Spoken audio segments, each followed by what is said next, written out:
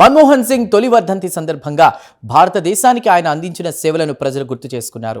ప్రధానిగా మన్మోహన్ సింగ్ 10 ఏళ్ల పాటు పనిచేశారు. ఈ సందర్భంగా భారతదేశ ఆర్థిక పురోగతికి ఆయన సర్కార్ అనేక కీలక నిర్ణయాలు తీసుకుంది. ప్రజలందరికీ కీలకంగా మారిన ఆధార్ కార్డు వ్యవస్థ రూపుదిద్దుకుంది ఆయన హయాంలోనే. మొత్తంగా భారతదేశ ఆర్థిక వ్యవస్థపై మన్మోహన్ సింగ్ చెరగని ముద్ర వేశారు. అయితే 10 ఏళ్ల పాటు ప్రధానిగా పనిచేసినప్పటికీ మన్మోహన్ మౌన మునిగానే కొనసాగారు.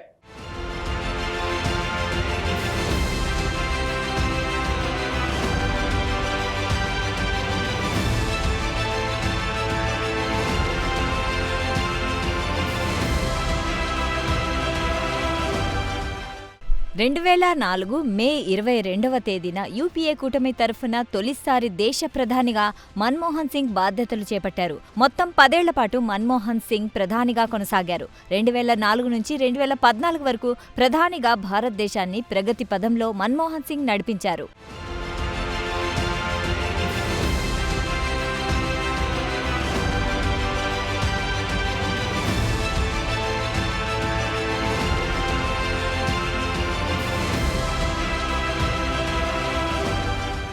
మన్మోహన్ సింగ్ అనగానే ఎవరికైనా ఠక్కున గుర్తుకొచ్చేది ఆర్థిక సంస్కరణలే. తన మార్క్స్ సంస్కరణలతో భారతదేశ ఆర్థిక వ్యవస్థను ఆయన కాయకల్ప చికిత్స చేశారు. మన్మోహన్ ప్రధానిగా పగ్గాలు చేపట్టే నాటికి దేశ ఆర్థిక వ్యవస్థ ప్రమాదపు అంచున ఉంది. ఈ నేపథ్యంలో సంస్కరణల చేయి అందించి దేశ ఆర్థిక వ్యవస్థను ఆయన కాపాడారు.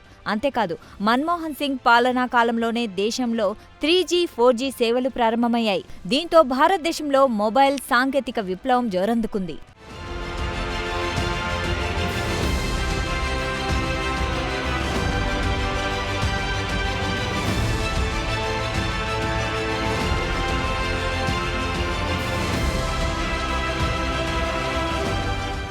కాగా ప్రస్తుత కాలంలో అందరికీ ఆధార్ కార్డు ఒక గుండెలా మారింది. ఇవాళ ఆధార్ కార్డు లేకపోతే ఏ పని జరగదు. ప్రభుత్వం నుంచి ఎటువంటి లబ్ధి పొందాలన్నా ఆధార్ కార్డు తప్పనిసరి అయిన పరిస్థితులు నెలకొన్నాయి. అయితే ఈ ఆధార్ కార్డు రూపుదిద్దుకుంది మన్మోహన్ సింగ్ ప్రధానిగా ఉన్న సమయంలోనే కావడం విశేషం.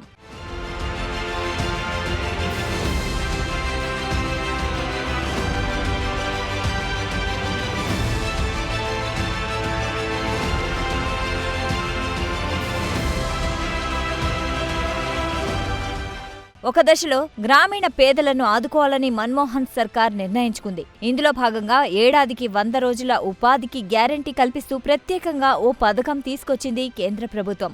అదే జాతీయ గ్రామీణ ఉపాధి హామీ పథకం. ఇదే ఉపాధి హామీ పథకంగా ప్రాచుర్యంలోకి వచ్చిన సంగతి తెలిసిందే.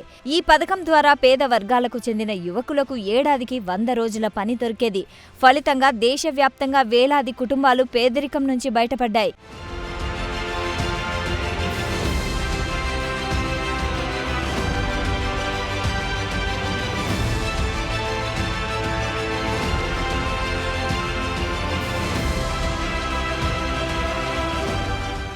కాగా మన్మోహన్ సింగ్ సర్కార్ తీసుకున్న మరో ముఖ్యమైన నిర్ణయం వివిధ పథకాల కింద నగదు సాయాన్ని ఆధార్ అనుసంధానమైన లబ్ధిదారుల బ్యాంకు ఖాతాలోకి నేరుగా బదిలీ చేయడం.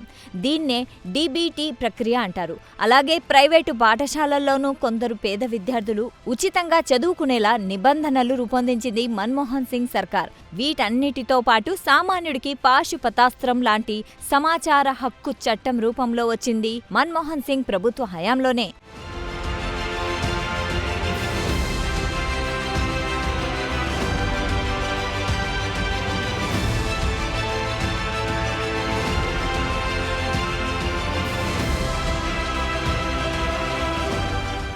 మన్మోహన్ సింగ్ సర్కార్ తీసుకున్న మరో అతి గొప్ప నిర్ణయం రుణమాఫీ. అప్పటి దేశంలో కోట్లాది మంది రైతులు రుణ ఊబిలో ఉండేవారు. దీంతో తీసుకున్న రుణాలు చెల్లించలేక రైతులు ఆగమాగమయ్యేవారు. రైతుల ఈ దీనావస్థను చూసి చలించిపోయారు అప్పటి ప్రధాని మన్మోహన్ సింగ్. ఈ నేపథ్యంలో దేశవ్యాప్తంగా 3 కోట్ల మంది చిన్న సన్నకారు రైతులకు 72,000 కోట్ల రుణమాఫీ చేసింది మన్మోహన్ సింగ్ ప్రభుత్వం. ఇది నిజంగా మన్మోహన్ సింగ్ తీసుకున్న సాహసోపేత నిర్ణయం. ఈ నిర్ణయం కారణంగానే 2009లో యూపీఏ కూటమి వరుసగా రెండోసారి అధికారంలోకి రాగలిగింది.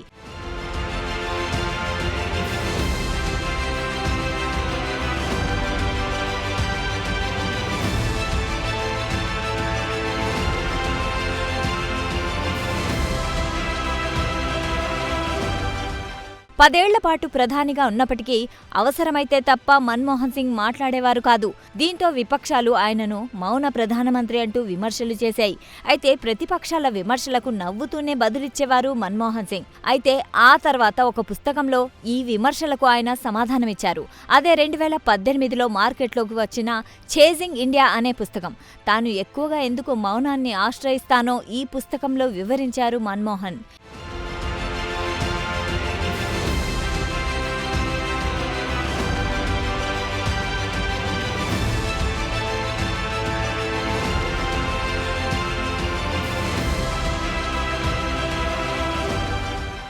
ఏది ఏమైనా మన్మోహన్ సింగ్ మాటల మనిషి కాదు, 100% చేతల మనిషే.